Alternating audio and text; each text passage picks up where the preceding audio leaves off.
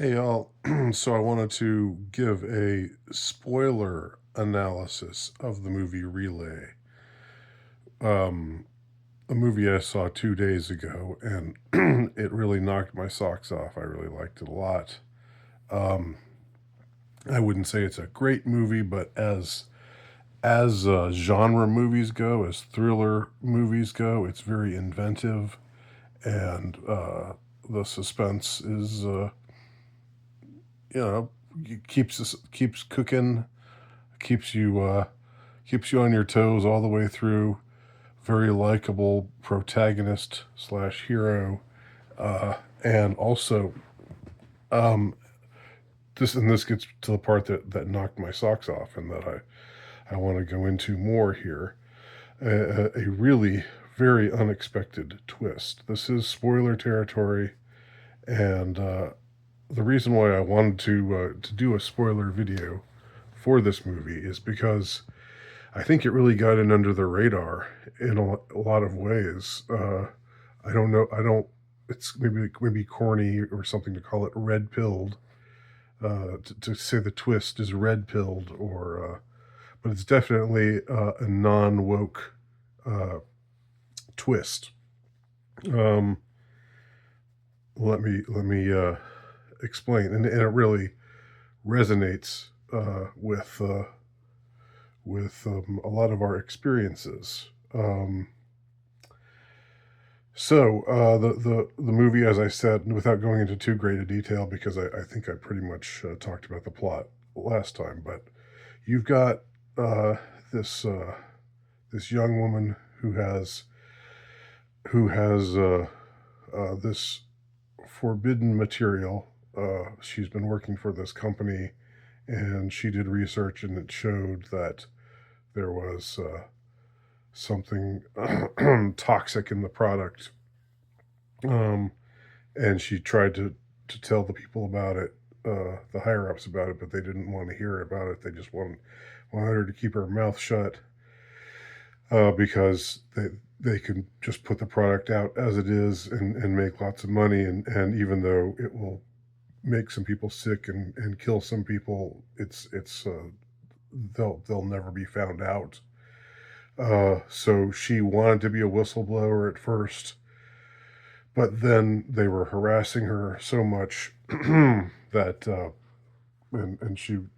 they had a group of thugs with high tech equipment going after her, and she was in fear of her life, and so she basically decided that she wanted to get her life back. And the hero of the movie is this guy who runs this one man operation. He's very vague about, it just being a one man thing. He wants to convey it as if it were, uh, so as if it were a company, and he keeps his own identity carefully hidden the whole time. What he does is he offers this chance for whistleblowers, or people who are trying to be whistleblowers, but who are just buckling under the pressure, who just aren't going to make it, who are, they're getting so much blowback from these powerful corporations, or entities, whatever they are. And so he acts as a go-between,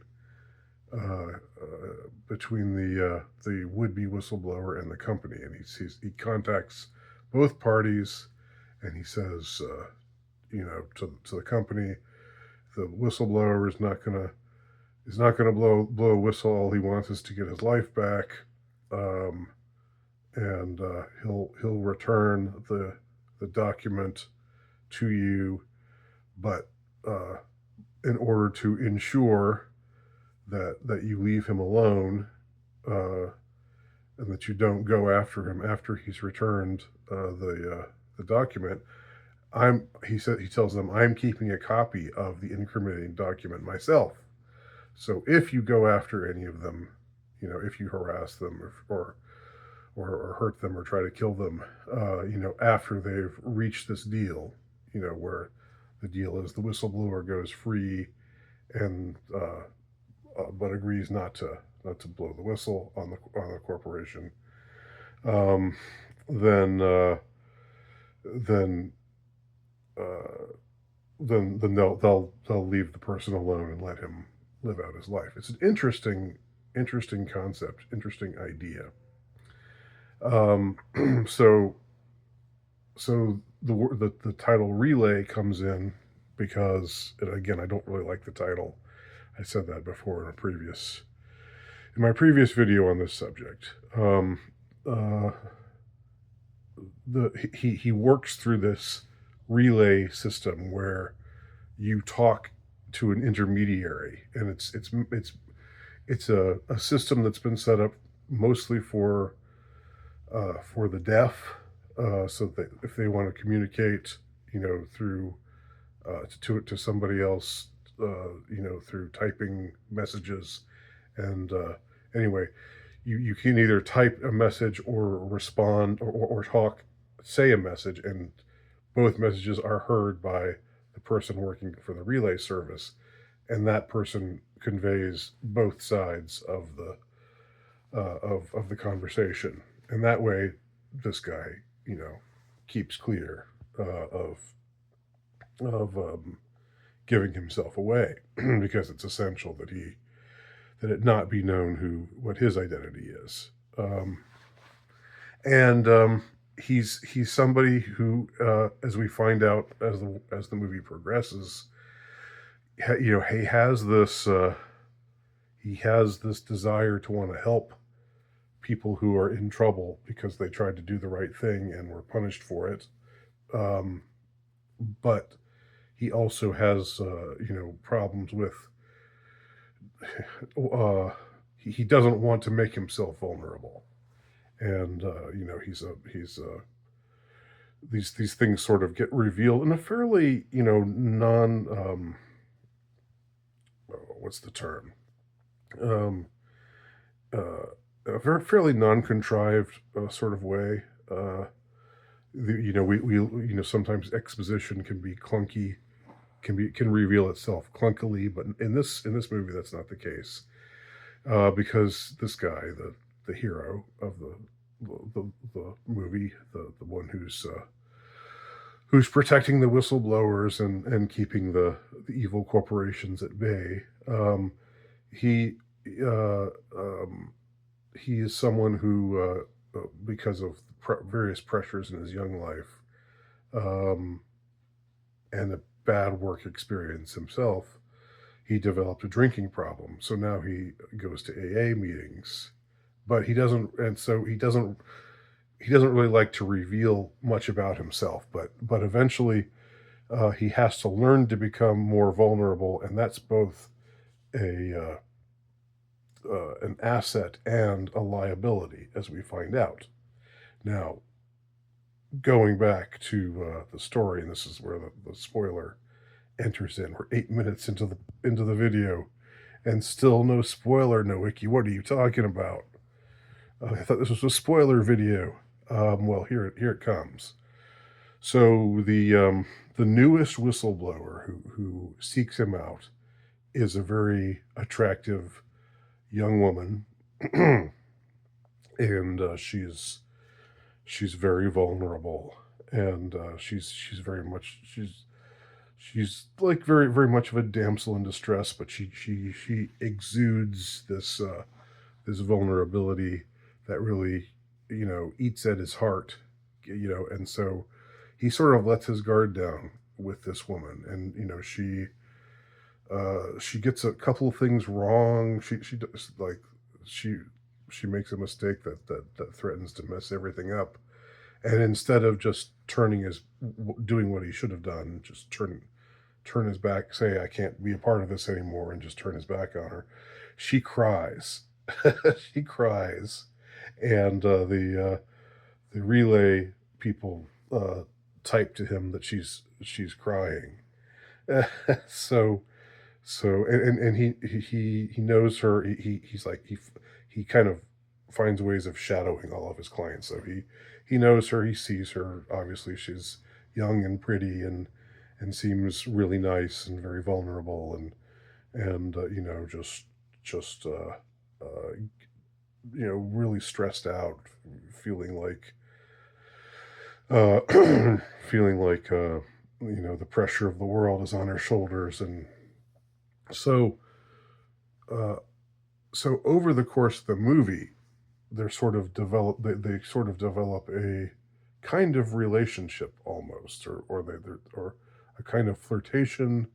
Um, and again, part of the characters, the main guy's character development is learning to be more vulnerable, which in certain contexts, in these AA meetings, when he's talking to people that he trusts and people who have feedback that can help him, there it's good. It helps solidify. It helps him to make friends that he needs and who are going to be there for him.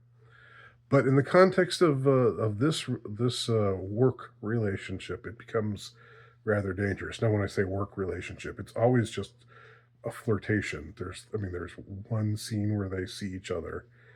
They ride a cab together, and they they kind of they don't kiss, but they share this kind of romantic moment where he pushed he like uh, pushes her hair back, and and they sit together tenderly for a moment.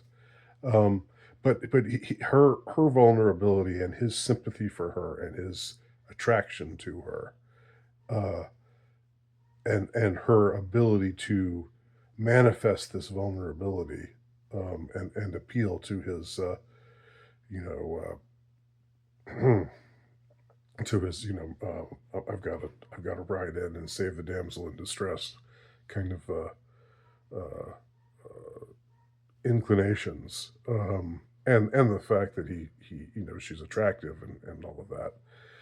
All these things exert this pull over him and make him eventually have to make him give up the vulner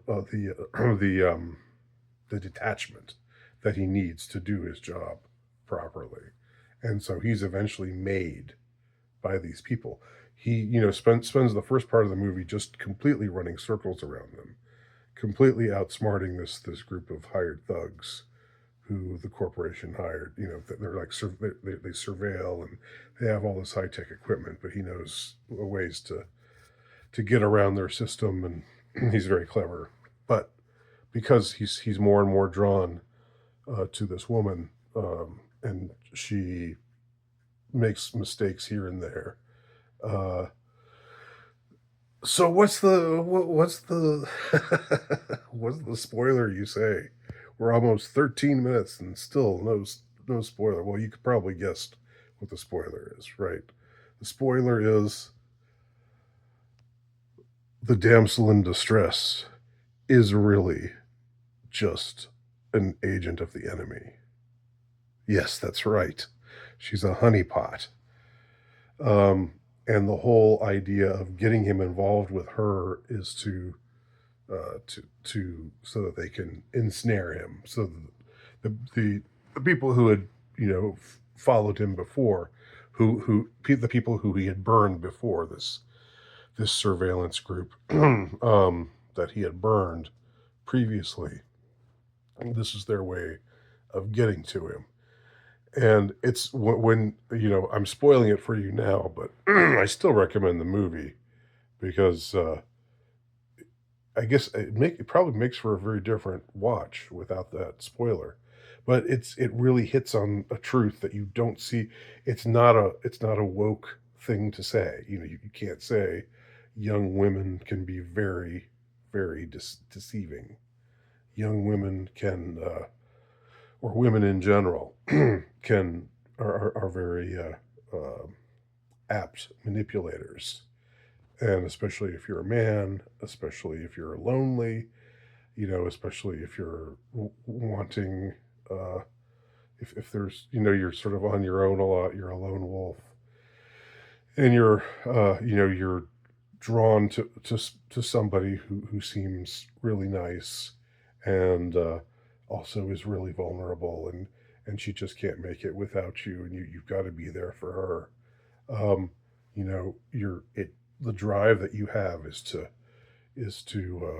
well, step up and maybe take risks that you wouldn't otherwise take, and make yourself vulnerable in ways that you wouldn't otherwise have made yourself vulnerable. That's what the culture tells us, right? We've got to get over, we got to, it's toxic to be, to be so, to put up these walls and to want to, just, to be macho all the time. We've got to let our walls down and cry and show that we're really vulnerable too, and just and she plays on, again, it's something that she knows and she very expertly plays on, and it's a shock. I mean, I'm spoiling it for y'all now, so if you watch it, and it's not going to be a shock to you, obviously,